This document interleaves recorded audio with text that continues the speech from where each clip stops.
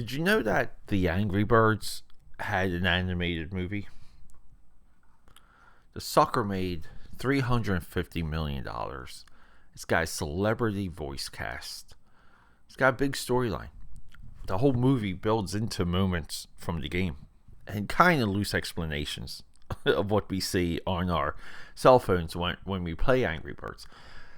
But Angry Birds, the movie, it's a rise and fall. It's a franchise that really took over the world and then quickly went away. You can almost compare it to the Haktua girl of culture. So let's get into it. I'm the film buff, Peter A. DeLuca. If you're catching this on the weekend, I am sorry if you're not into it, but we do cartoons and animation on the weekend. It's fun, and it's a good slowdown from from all the movie stuff. Hey, I might be on the run of watching depressing dramas, yeah, that affects you. So it's good sometimes to break away and watch something like Angry Birds. So let's sit down. Let's grab our cereal. Let's grab our bowls, our bowl of Frosted Flakes, and go. Camera speed. Sound production, take 1. Action! And let me bring you back to what brought us here. Why are we talking about the Angry Birds movie? Because it seems like a gimmick. It seems as if this is a low quality effort. This is what a lot of critics would call a cash grab. I do not, because I don't believe in cash grabs, and I really do despise that term. And I hate the term of like giving up games or tanking games, especially when it comes to American football. If you know how hard those guys work, how hard those coaches work in football, you would never believe that they would give up any game at all. And you also want all your players to play at the highest caliber so you can scout and rate them. It's just it's a low level talking point, equally to how much of a low level talking point labeling something like the Angry Birds movie. And I like the Angry Birds. It's not a cash grab, because when Rovio, when they decide to make a movie and it goes through it goes through Columbia Pictures, it goes through Rovio Animation, they grossed so much money from their mobile game, and I believe they were on the New York Stock Exchange at the time, so they had capital raised through stocks, through offering shares of the company. You have Sony Pictures rolling in. Everyone that gets involved with a major feature rollout, it's as you would call it, a tentpole release. The people that get into the dirt of the productions, our directors, our producers, our storyboard artists, our story guys and gals, they want to make the best movie possible. So you sit down and you play this game. And the game is basically you're slingshotting birds into structures, and you have to kind of kill or blow up all the pigs. Green pigs. It's like birds versus pigs. And through some of the intro artwork and some of the what surrounds a mobile game, we'll say, outside of the gameplay itself, the pigs are stealing the eggs of the birds, and the birds have to get their eggs back. Everything I just described to you is all these individuals had to work off of when making this movie. So the movie needs to, and I do believe these are thought exercises when it comes to if you're a creative person or if you want to be a critic, because you have to look at things a certain way, and you have to know what's in front of your face. The crew that created this movie, they have to solve a lot of problems. The game is called Angry Birds. It went viral. It caught fire. We don't know why, but now we have to explain why Angry Birds works. What is Angry Birds? We have to explain why the pigs want the eggs. We actually have to have some of the gameplay. So, excuse me, the things we can do on our mobile phones as of slingshotting the birds into castles and houses of the pigs, because we want to knock them down. we have to explain that. That needs to be a part of the story. There's different size birds with different functions.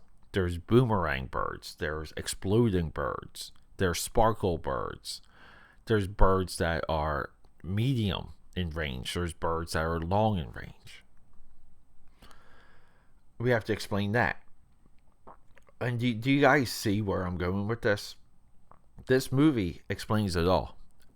My only true gripe with this film is that when we get to the gameplay, which is roughly 1 hour and 1 minute into this film, when we get into the actual slingshotting, and it works. I mean, it's all within story. Like we're there, we feel it, and it's happening, and we're pretty excited. And this is more than what other video games have done. Now, I always gave credit to the Doom movie that The Rock's in and Carl Urban, because the end of that movie, it's all like first person shooter. It looks just like the video game.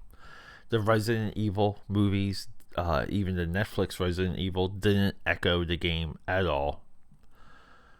It's a hard thing to do. Now, Angelina Jolie in Tomb Raider, that's a little bit easier. But Angry Birds, it's an abstract game. It's an arcade level game where you can just pump in a quarter and you can come and go. No big deal. It would be this getting this big of a storyline around what equally would be what a storyline for Frogger would be, or Kubert's storyline, or Pac-Man. It's extraordinary. And my only pushback is when it comes down to the slingshots.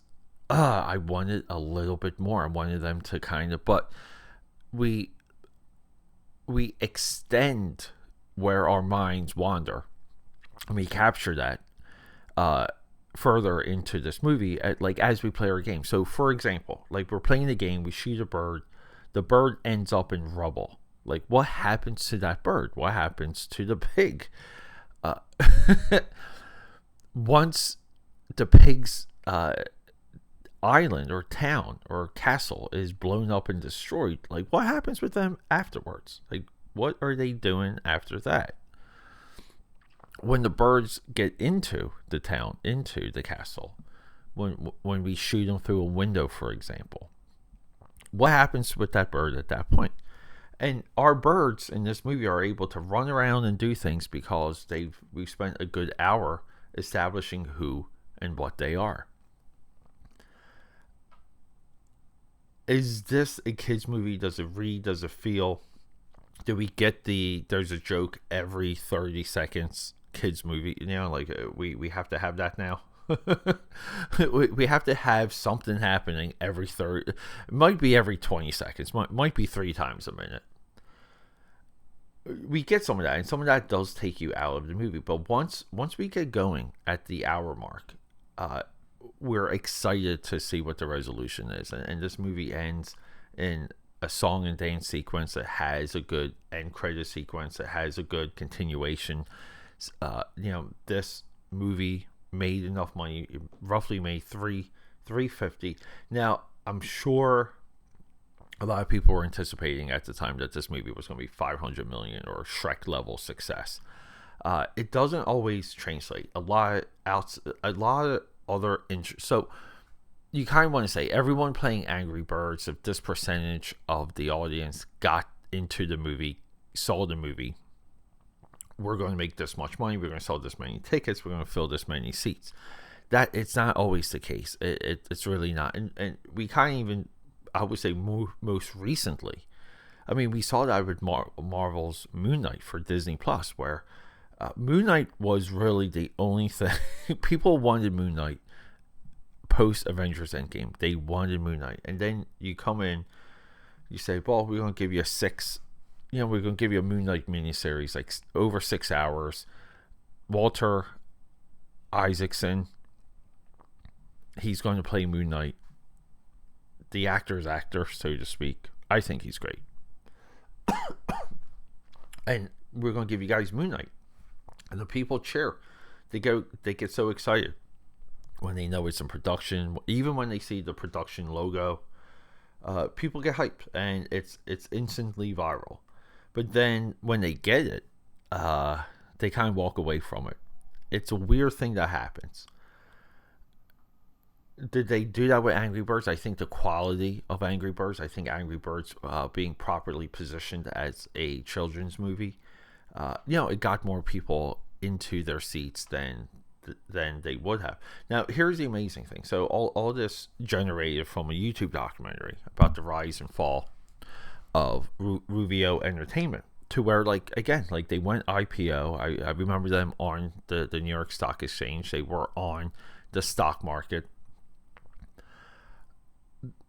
They developed their own animation company. So when you get success of something like Angry Birds, you want it to be able to continue. You do want it to go IPO. You want it to people to use their capital in different means, and they've done that, and they're still going to this day. They're just not this licensing conglomerate.